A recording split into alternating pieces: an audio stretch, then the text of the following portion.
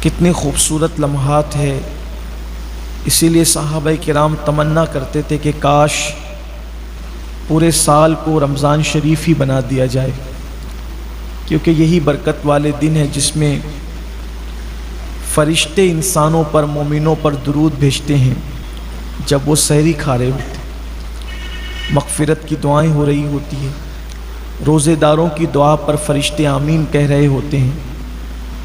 یہ بڑے برکت والے دن ہیں۔ اللہ ان مبارک دنوں کے صدقے پوری دنیا کے مسلمانوں کی مشکلوں کو آسان کرے، بلائیں دور فرمائیں، وبائیں دور فرمائیں۔ آج سورۃ البقرہ شریف کی ابتدائی آیتوں میں سے ایک آیہ کریمہ جس میں اللہ تعالیٰ نے مومن کی صفت بیان فرمائی، جو مومنین ہے اور کامیاب مومنین، ان کی صفت میں سے دو صفات قرآن کہتا ہے وَيُقِيمُونَ الصَّلَاةَ وَمِمَّا رَزَقْنَاهُمْ يُنْفِقُونَ، کہ وہ نماز کو قائم کرتے ہیں اور اللہ کی دی ہوئی روزی سے اللہ کی راہ میں خرچ کرتے ہیں۔ صرف اقامت صلاح کے حوالے سے دو جملے کہنا چاہتا ہوں۔ پورے قرآن میں کہیں بھی قرآن نے نماز پڑھنے کا حکم نہیں دیا، بلکہ نماز قائم کرنے کا حکم دیا۔ اقامت صلاح، نماز قائم کرنا۔ اس کے ضمن میں مفسرین نے دو باتیں لکھی ہے۔ نماز قائم کرنے کا مطلب یہ ہے کہ ایک وقت کی نماز بھی جان بوجھ کر نہ چھوٹے، پہلی بات۔ اور دوسری بات یہ ہے کہ جب تم نماز پڑھو تو اسلام نے جو ارکان بتائے ہیں اس کو ٹھیک ٹھیک ادا کرو۔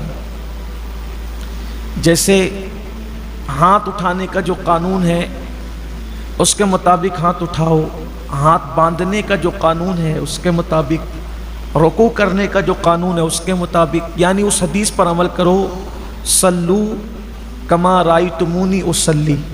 اللہ کے حبیب علیہ السلام فرماتے ہیں نماز ایسے پڑھو جیسے مجھے نماز پڑھتے ہوئے دیکھتے ہو۔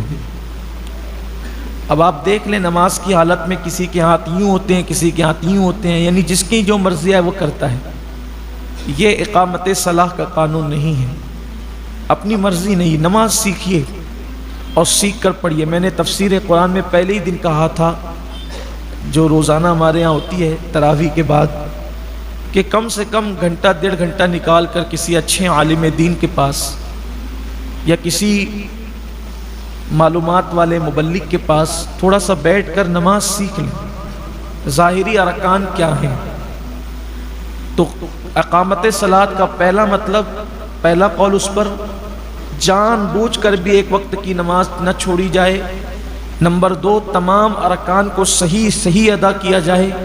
اور نمبر تین، جب نماز پڑھو تو اس حالت میں پڑھو ان تعبد اللہ کأنک تراہ فإن لم تکن تراہ فإنہ یراک، ایسی عبادت کر جیسے گویا تو خدا کو دیکھ رہا ہے۔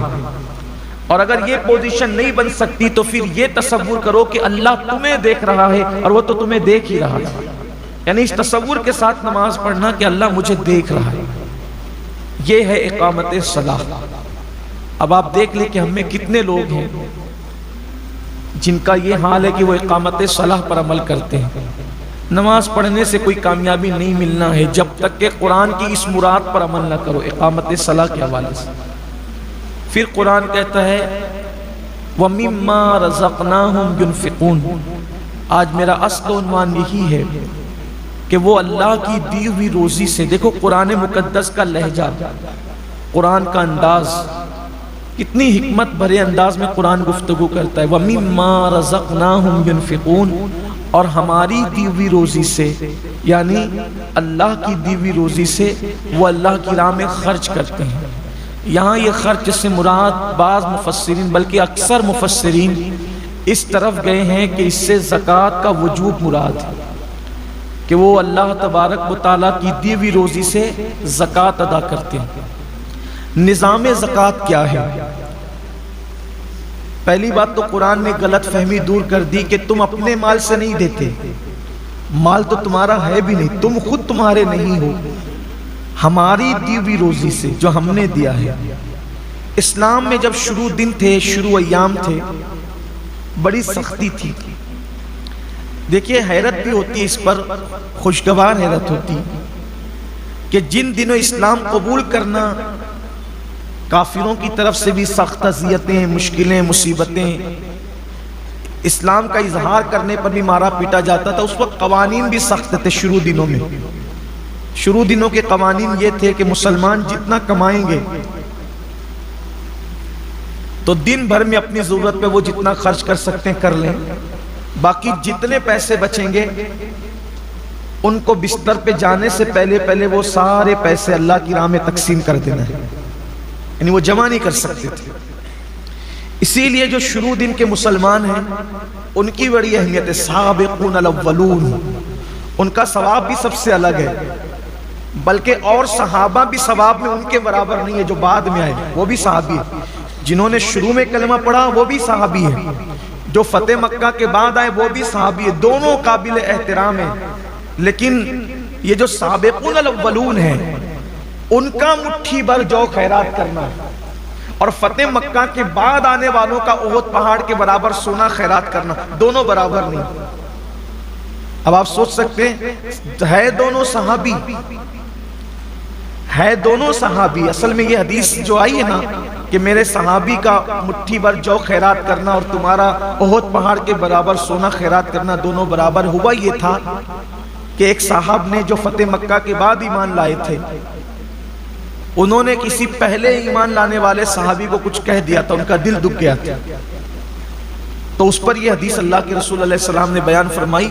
یعنی صحابہ میں بھی درجے ہیں، ہمارے لیے تو وہ صحابی بھی قابل احترام ہے جس نے ایک جھلک حضور کو دیکھ لیا، بس ہم جو ہے وہ معذاللہ کوئی تقابل نہیں کر رہے ہیں، صرف بتا رہے ہیں کہ پہلے دن ایمان لانے والوں کی سابقون الاول، اسی لیے وہ جنت میں بھی پہلے جائیں گے، وہ جنت میں بھی پہلے جائیں گے، اور ان کی بہت بڑی شان ہے جو پہلے۔ اس کی وجہ یہ ہے، ایک تو کافروں کی تکلیفیں انہوں نے جھیلی، پھر اسلام کے نام پہ اس وقت خرچہ کیا کہ جب اسلام کا نام لینے کے لیے وہ لوگ ڈرتے تھے، وہ سابقون الاولون ہیں۔ تو اس وقت کے حالات یہ تھے کہ پیسہ نہیں جمع کر سکتے تھے، جتنا خرچ کر دیا دن بھر میں خرچ کر دیا، بستر پہ جانے سے پہلے سب آپ کو تقسیم کر دینا ہے، جمع نہیں کر سکتے تھے۔ پھر جب زکوٰۃ کے احکامات آئے تو پھر اسلام نے اجازت دی کہ اب تم پیسے جمع کر سکتے ہو، اب پیسہ جمع کرنا تم پر کوئی گناہ نہیں ہے، لیکن اب اس میں شرط یہ ہے کہ تم اپنی جمع کی ہوئی رقم میں سے 2.5% اللہ کی راہ میں سال میں ایک مرتبہ دیا کرو۔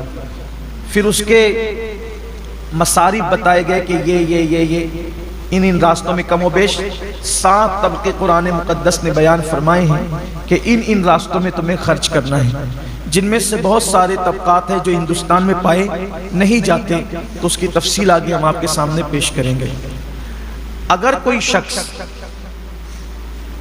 نماز کی پابندی کرتا ہے لیکن سال میں ایک مرتبہ 2.5% زکوٰۃ ادا نہیں کرتا، تو اللہ کے رسول صلی اللہ علیہ وآلہ وسلم فرماتے ہیں اللہ اس کی نمازیں بھی قبول نہیں فرماتا، کیونکہ اللہ تعالیٰ نے جہاں جہاں زکوٰۃ کا ذکر کیا ہے نماز کے ساتھ کیا، زکوٰۃ کا ذکر ہمیشہ نماز کے ساتھ آیا ہے۔ آپ دیکھ لیں قرآن مقدس میں اٹھا کر، نماز کا ذکر کہیں تنہا کر دیا گیا ہے لیکن ہمیشہ زکوٰۃ کو نماز کے ساتھ بیان کیا گیا۔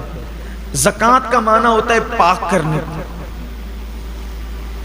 زکوٰۃ کو زکوٰۃ اس لیے کہتے ہیں کہ ہر چیز کا ایک میل ہوتا ہے، تو یہ جو ہمارا مال ہے اس کا میل نکالنا، گویا کہ ایک سمجھانے کے لیے کہہ رہا ہوں، یہ شارحین نے بھی لکھا ہے حدیث پاک کی شرح میں کہ یہ جو زکوٰۃ نکالی جاتی ہے مال کا میل ہے، تو جیسے کپڑوں سے مال نکل جاتا ہے تو کپڑے کیسے صاف ہو جاتے ہیں، ایسے جب ہمارے مال سے زکوٰۃ نکل جاتی ہے تو ہمارا جو مال ہے وہ محفوظ ہو جاتا ہے، اللہ کے قلعے میں محفوظ ہو جاتا ہے، اور اس کی حفاظت پھر اللہ اپنے ذمہ کرم پر لے لیتا ہے۔